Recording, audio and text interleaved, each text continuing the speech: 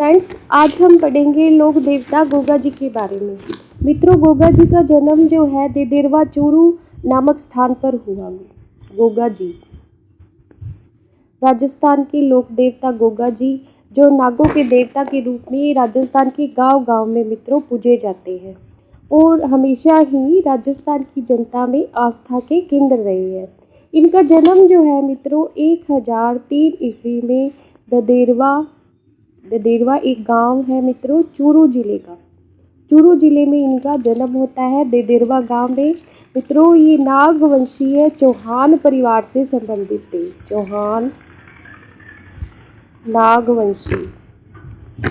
नागवंशीय चौहान परिवार से संबंधित थे। मित्रों, इनकी माता का नाम बाछल और इनके पिता का नाम जेवर सिंह था। पिता का नाम क्या था? जेवर था। पिता का नाम जेवर और माता का नाम क्या था? बाछल देव। मित्रों, इनका विवाह केलम दे के साथ होता है और ये केलम दे राठौड़ वंश की होती है और बूडो जी की पुत्री होती है। बूडो जी जो कोलमंडू के होते हैं। कोलमंडू जो हमने बाबू जी के बारे में जिसमें जाना, कोलमंडू मित्रों जोधपुर में, और जोधपुर में बूडो जी एक व्यक्ति होते हैं जिनकी ये पुत्री होती है। कौन मित्रों? केलम दे। और इस केलम दे के साथ गोगा जी का विवाह होता है। मित्रों, गोगा जी को राजस्थान में अनेक नामों से जाना जाता है। नागों का देवता, जाहर पीर, और हिंदू धर्म में इसको गोगा जी को नागराज का अवतार कहते हैं और मुस्लिम धर्म में इनको गोगा पीर कहकर भी पुकारा जाता है। मुस्लिम धर्म के लोग जो है इनको गोगा पीर कहकर पुकारते हैं। मित्रों, करम सिंह और कायम सिंह, ये मित्रों दो व्यक्ति हैं जो गोगा जी के 17वीं पीढ़ी में हुए। गोगा जी की 17वीं पीढ़ी में दो व्यक्ति हुए जिनका नाम है करम सिंह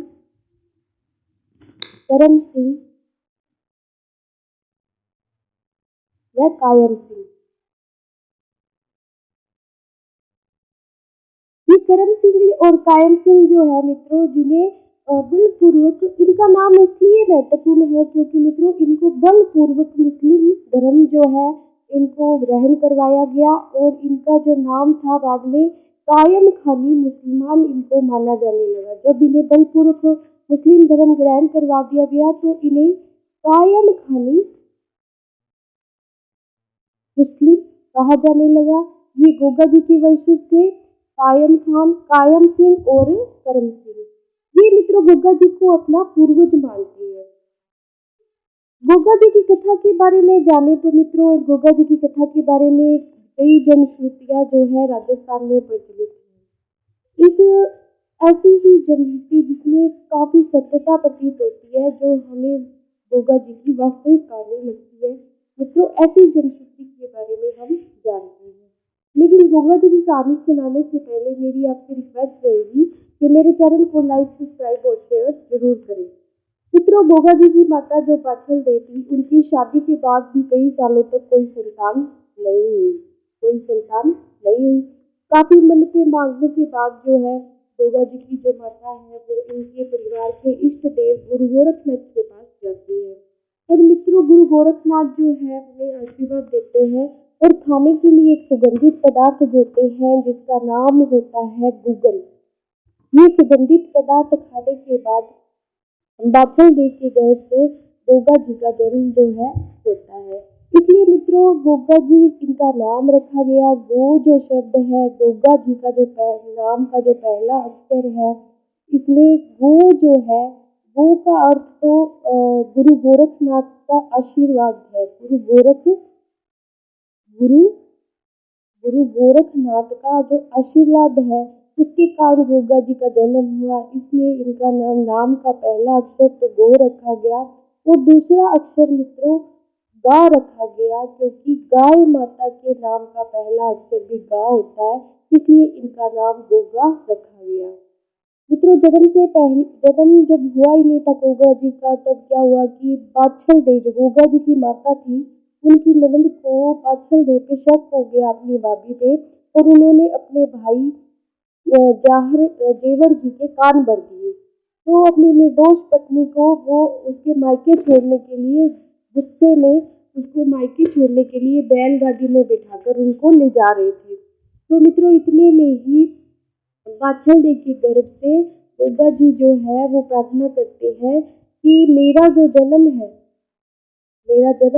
पितृगृह में ही होना चाहिए, पितृगृह में ही होना चाहिए। अपनी माता से कहते हैं गोगा जी गर्भ से अपनी माँ की उदर से और माँ से प्रार्थना करते हैं कि मेरा जो जन्म है मेरे पिता के घर ही होना चाहिए, अन्यथा लोग मुझे नाडिया कहेंगे।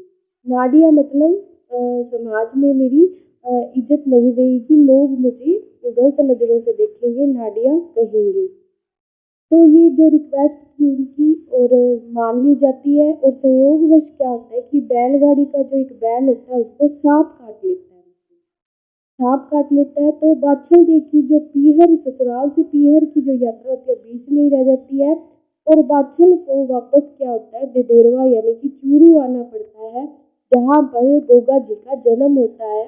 मित्रों गोगा जी की जो पत्नी थी जिसका नाम हमने पढ़ा अभी केमल देव, केमल दी कोलमंडू के राठौड़ वंश से संबंधित थी। और विवाह के समय क्या होता है कि केमल दी को एक सर्प डस लेता है, एक सर्प डस लेता है। तो क्रोध में आकर गोगा जी क्या होते हैं एक कढ़ाई में तेल डालकर आग पर रख देते और मंत्रों का उच्चारण शुरू कर देते हैं। मित्रों मंत्रों का उच्चारण करने से आसपास के उन मंत्रों में इतनी शक्ति होती है कि आसपास के जितने भी सांप होते हैं वो सब कढ़ाई में आकर गिरने लगते हैं। सांप गिरने लगते हैं किसमें, तेल की कढ़ाई में। अब ये बात देखकर सभी जो है सन्न रह जाते हैं लोग। लेकिन उसी समय क्या है कि नागराज प्रकट होते हैं और वो गोगा जी से माफी मांगते हैं। तेल की कढ़ाई में गिरने सांप गिरते देखकर नागराज प्रकट होते हैं और गोगा जी से माफी मांगते हैं और केलम दे का जहर चूसकर उसे पुनः जीवित कर देते हैं, पुनः जीवित कर देते हैं। किसको, केलम दे को। केलम दे मित्रों जो गोगा जी की पत्नी होती है उसको सर्प डस लेता है और सर्प का जहर जो है वो चूस कर नाग देवता उसको जीवित कर देती है। और जीवित करने के बाद मित्रों गोगा जी को एक आशीर्वाद देते हैं नाग देवता, गोगा जी को आशीर्वाद देते हैं। क्या आशीर्वाद देते हैं मित्रों, सर्पों के देवता के रूप में पूज्य होने का आशीर्वाद देते हैं। एक तरह से वरदान देते हैं कि तुम जो सर्पों के देवता के रूप में पूजे जाओगे। मित्रों गोगा जी की मृत्यु के संबंध में एक कथा प्रचलित है कि इनके दो चचेरे भाई थे जिनका नाम, एक का नाम था अर्जुन और एक का नाम था सूरजन। तो ये अर्जुन और सूरजन क्या थे, गोगा जी से बहुत ही ईर्ष्या करते थे। इसी कारण इन्होंने गोगा जी के साथ इनका मित्रों भूमि के बंटवारे को लेकर विवाद था। भूमि के बंटवारे को लेकर इन चचेरे भाइयों के साथ गोगा जी का विवाद था। तो इन्होंने क्या किया मित्रों, जिस इलाके में गोगा जी रहते थे उस इलाके की सारी गायों को घेर कर मुस्लिम आक्रांता गजनवी को सौंप दी। मुस्लिम आक्रांता गजनवी जो एक मुस्लिम आक्रांता था, तुर्क आक्रमणकारी था मित्रों, इसको जो है सारी गाय इकट्ठी करके सूजन और अर्जुन ने सौंप दी। अब क्या हुआ, इसलिए सौंपी ताकि गोगा जी जो है वो इन गायों को बचाने के लिए जाए और गजनवी और गोगा जी का आपस में युद्ध हो। मित्रों इस पर गोगा जी के पुत्र 47 पुत्र थे और 60 ही इनके भतीजे थे। इनको साथ लेकर मित्रों चिनाब नदी पर गोगा जी में और महमूद गजनवी में युद्ध होता है। चिनाब नदी के किनारे गोगा जी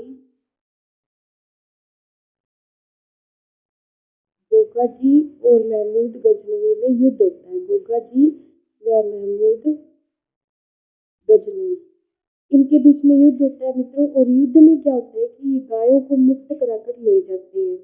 मित्रों महमूद गजनवी भी इनकी वीरता और शौर्य को देखकर इन्हें जाहर पीर की संज्ञा देता है। जाहर पीर, ये इतने वीर थे, इतने बड़े योद्धा थे कि महमूद गजनवी भी इनकी प्रशंसा करे बगैर नहीं रह पाया और उसने भी इन्हें जाहर पीर अर्थात डार पीर का अर्थ क्या होता है मित्रों? जिंदा पीर की संज्ञा, जिंदा पीर। तो मित्रों इस तरह क्या है कि गोगा जी जो है वो वापस आ जाते हैं और वापस वहाँ से गायों को जिंदा छुड़ा लाते हैं। वो सभी गायों को गजनबी से मुक्त करा लेते हैं और वापस आकर क्या होता है, इनके चचेरे भाई जो होते हैं अर्जुन और सुजन, चचेरे भाइयों के साथ इनका युद्ध होता है, क्योंकि उनको ये बात बर्दाश्त नहीं होती कि ये वापिस जिंदा कैसे आ गया। तो चचेरे भाइयों के साथ वापिस आकर इनका युद्ध होता है, चचेरे भाइयों के साथ युद्ध। और इस युद्ध में मित्रों ये वीर गति को प्राप्त होते हैं। अब मित्रों गोगा जी थे, इन्होंने गायों की रक्षा के लिए अपने प्राणों का बलिदान कर दिया। राजस्थान में ये गो रक्षक देवता के रूप में पूजे जाते हैं, गो रक्षक देवता। और गायों को बचाने के लिए ये इतने खूंखार मुस्लिम आक्रांता से जा लड़े और युद्ध भी लड़े, वीरता और शौर्य से उसको हराया भी, गायों को वापस लेके भी आए, लेकिन अपने जो भाई थे उनसे ये हार गए और वीर गति को प्राप्त हुए। मित्रों गोगा जी के बारे में हमें जानकारी जो है वो कई साक्ष्यों से प्राप्त होती है। जैसे मित्रों गुजराती पुस्तक है एक, जिसका नाम है, एक गुजराती पुस्तक श्रावक व्रतादि अतिचार। क्या नाम है इस पुस्तक का? श्रावक व्रतादि अतिचार। तो ये जो पुस्तक है मित्रों, इस पुस्तक में हमें गोगा जी के बारे में संपूर्ण जानकारी प्राप्त होती है। इसके बाद मित्रों इनका जो युद्ध हुआ इनके चचेरे भाइयों के साथ अर्जुन और सुरजन, उसके बारे में जानकारी मिलती है। इसके अलावा मित्रों रणकपुर प्रशस्ति, रणकपुर प्रशस्ति, ये मित्रों रणकपुर प्रशस्ति जो है वो राजस्थान की महत्वपूर्ण प्रशस्ति है। ये भी हमें गोगा जी के बारे में बताती है। इसके साथ साथ मित्रों दयाल व्यास ख्यात, दयाल दास ख्यात। तो ये ख्यात जो है दयाल व्यास की, ये भी हमें गोगा जी के बारे में जानकारी देती है। और उन भूमि विवाद के कारण उनका चचेरे भाइयों के साथ अर्जुन और सुरजन के साथ जो युद्ध हुआ उसके बारे में भी जानकारी देती है। मित्रों युद्ध में लड़ते हुए इनका जो शीश था, जब ये अपने भाइयों से लड़ रहे थे तो इनका जो शीश था वो देदेरवा चूरू में गिरा। कहाँ पर गिरा? देदेरवा, जो इनका जन्म स्थान था देदेरवा चूरू में आकर इनका शीश है वो गिरता है। इसलिए मित्रों इस स्थान को क्या कहा जाता है? इस स्थान को शीर्षमेढ़ी कहा जाता है। क्या कहा जाता है? शीर्षमेढ़ी कहा जाता है। शीर्षमेढ़ी किसको कहा जाता है? देदेरवा चूरू। देदेरवा एक चूरू जिले में गांव है जहाँ पर गोगा जी का जन्म होता है। इसी देदेरवा में इनका शीर्ष आकर गिरता है, इसलिए मित्रों इस स्थान को शीर्षमेढ़ी कहा जाता है। मित्रों शीर्षमेढ़ी में एक चमत्कारिक जो तालाब है उसकी मिट्टी से मित्रों क्या है कि सर्पदंश जो है, सर्पदंश का जहर जो है वो निकल जाता है, ये लोगों की मान्यता है। और मित्रों ये सच भी है, सर्पदंश का जहर निकालने में ये जो मिट्टी है वो काम आती है। एक तरह से एक वरदानी मिट्टी है। देदेरवा तालाब की जो मिट्टी है वो सर्पदंश जहर का वो निकालने के काम आती है।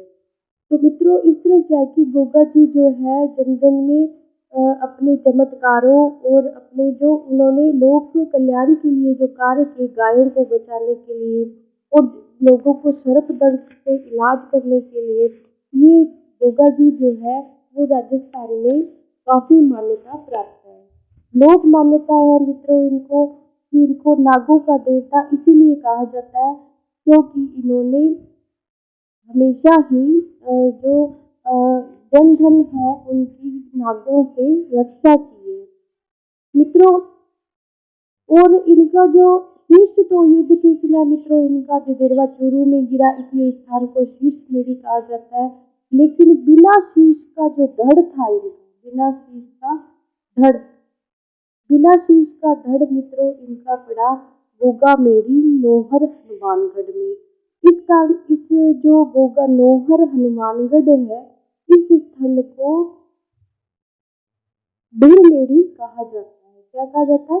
धुरमेढ़ी कहा जाता है क्योंकि यहाँ पर इनका जो धड़ था वो आकर गिरा, धुरमेढ़ी कहा जाता है। और इसे मित्रों गोगामेढ़ी कहते हैं, गोगामेढ़ी। मेड़ी। नौहर हनुमानगढ़ में जो गोगा जी का मंदिर बना है उसको गोगा मेड़ी कहते हैं मित्रों।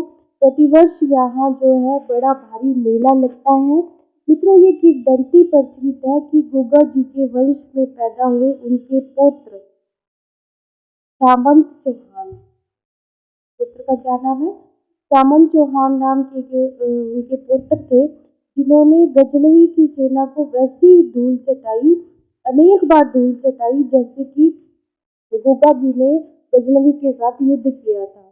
तो इन्होंने कब धूल चटाई, जो सामंत थे इन्होंने कब गजनवी को धूल चटाई, तो धूल चटाई मित्रों सोमनाथ आक्रमण के टाइम, जब गजनवी ने सोमनाथ पर आक्रमण किया। सोमनाथ जो गुजरात में मंदिर है भगवान शिव का, गुजरात में मंदिर, गुजरात में कौन सा मंदिर मित्रों, सोमनाथ मंदिर, सोमनाथ मंदिर। इस सोमनाथ मंदिर पर मित्रों जब गजनवी ने आक्रमण किया तब ये पुत्र जो थे गोगा जी के पुत्र सामंत चौहान ने गजनवी का सामना किया।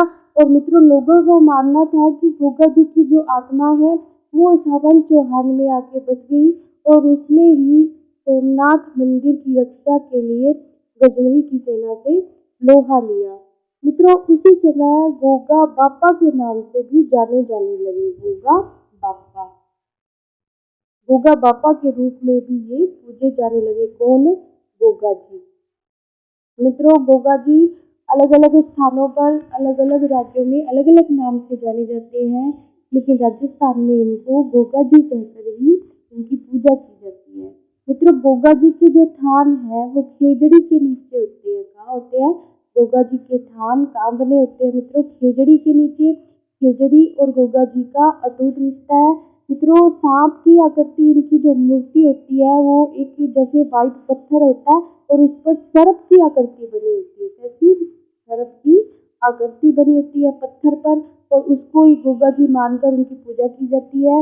मित्रों गोगा जी के लिए राजस्थान में एक कहावत प्रसिद्ध है, क्या, गांव गांव खेजड़ी, गांव गांव गोगा जी, गांव गांव गोगा जी। तो ये कहावत जो है वो गोगा जी के लिए कही जाती है। मित्रों गांव गांव में, राजस्थान के प्रत्येक गांव में खेजड़ी जो है वो भी आस्था का प्रतीक है और गोगा जी भी है वो भी आस्था के प्रतीक रहे हैं। गोगा जी की घोड़ी जो है मित्रों उसको नीली घोड़ी कहा जाता है, नीली घोड़ी। और इसका जो एक नाम है जिसे जन सामान्य अपनी भाषा में गोगा बापा भी कहता है, गोगा बापा, ये गोगा जी की घोड़ी का नाम है। मित्रों गोगा जी की जो घरों में जो पूजा की जाती है वो मिट्टी का घोड़ा बनाकर की जाती है। मिट्टी के घोड़े जो है वो बनाए जाते हैं। मिट्टी के घोड़ों के ऊपर मित्रों अश्वरोही योद्धा के रूप में गोगा जी की पूजा की जाती है, अश्वरोही योद्धा। मित्रों गोगा जी के जो प्रिय भक्त हैं वो डेरू वाद्य यंत्र का प्रयोग करते हैं। डेरू, डेरू नामक एक वाद्य यंत्र होता है मित्रों, ये डमरू के आकार का ही होता है कुछ कुछ, और ये राजस्थान का प्रमुख वाद्य यंत्र है। और ये गोगा जी के जो भक्त जब गोगा जी के भजन गाते हैं तो डेरू वाद्य यंत्र का प्रयोग करते हैं। मित्रों गोगा जी के भजन या गाते समय, नृत्य करते समय नगाड़ा व ढोल वाद्य यंत्र भी बजाए जाते हैं। नगाड़ा व ढोल, नगाड़ा या ढोल वाद्य यंत्र भी बजाए जाते हैं जिनको मित्रों राजस्थानी भाषा में माट कहा जाता है। क्या कहा जाता है, माट, माट कहा जाता है। मित्रों मारवाड़ में लोक मान्यता है कि किसान जब खेत हाँकना प्रारंभ करते हैं तो हल जो होता है, हल व हाली को गोगा राखड़ी बांधी जाती है। गोगा राखड़ी, गोगा राखड़ी बांधकर उसकी पूजा की जाती है। और मित्रों गोगा जी की जो राखी होती है उसमें 9 धागे, जिसमें 9 धागे 9 गांठें होती है। और रक्षाबंधन पर जो राखी बांधी गई थी उस राखी को घोड़े के पास रखकर उन्हें लापसी व चूरमे का भोग लगाया जाता है। मित्रों लापसी व चूरमे का भोग जो है वो गोगा जी को लगाया जाता है रक्षाबंधन के दिन। मित्रों गोगा जी के पास रखियाँ रखकर क्योंकि घोड़े जो है वो गोगा जी का प्रतिरूप माने जाते हैं। गोगा जी जो राजस्थान के ऐसे लोक देवता है जिन्हें राजस्थान के अलावा मित्रों पंजाब, हरियाणा, मध्य प्रदेश, हरियाणा, पंजाब और उत्तर प्रदेश, मित्रों यूपी और इसके साथ साथ हिमाचल प्रदेश में भी गोगा जी को माना जाता है। इनकी काफ़ी मान्यता है, यहाँ दूर दूर से लोग इनके दर्शन करने आते हैं। इसलिए मित्रों राजस्थान के नौहर में, मानगढ़ जिले के नौहर में जो गोगा मेड़ी का मेला लगता है उसमें दूर दूर राज्यों के जो लोग हैं गोगा जी के दर्शन के लिए आते हैं। मित्रों गोगा जी का जो मंदिर है, गोगा जी का मंदिर जो सबसे प्रसिद्ध स्थल है मित्रों वो नौहर हनुमानगढ़ में है। नौहर हनुमानगढ़ जिले में है, जिसको धुरमेड़ी या गोगा मेड़ी भी कहते हैं। धुरमेड़ी या गोगा मेड़ी भी कहते हैं। मित्रों यहाँ पर प्रतिवर्ष भाद्रपद कृष्ण नवमी को गोगा जी का मेला लगता है। कृष्ण नवमी को गोगा जी का भारी मेला लगता है और मित्रों इसे गोगा नवमी भी कहते हैं। फिर भाद्रपद कृष्ण नवमी को क्या कहते हैं, गोगा नवमी भी कहते हैं। मित्रों गोगा मेड़ी में जो ये मंदिर बना हुआ है गोगा जी का, इस गोगा मेड़ी के मंदिर का गोगा मेड़ी का जो निर्माण है मित्रों फिरोज शाह तुगलक ने करवाया था। किसने करवाया? फिरोज शाह तुगलक ने करवाया। लेकिन उसने जो निर्माण कराया था मित्रों वो किस आकार में कराया था? मकबरा नुमा एक आकृति बनवाई थी। उसने क्या बनाया था? मकबरा नुमा आकृति बनाई थी तो सबसे पहले गोगा मेड़ी में।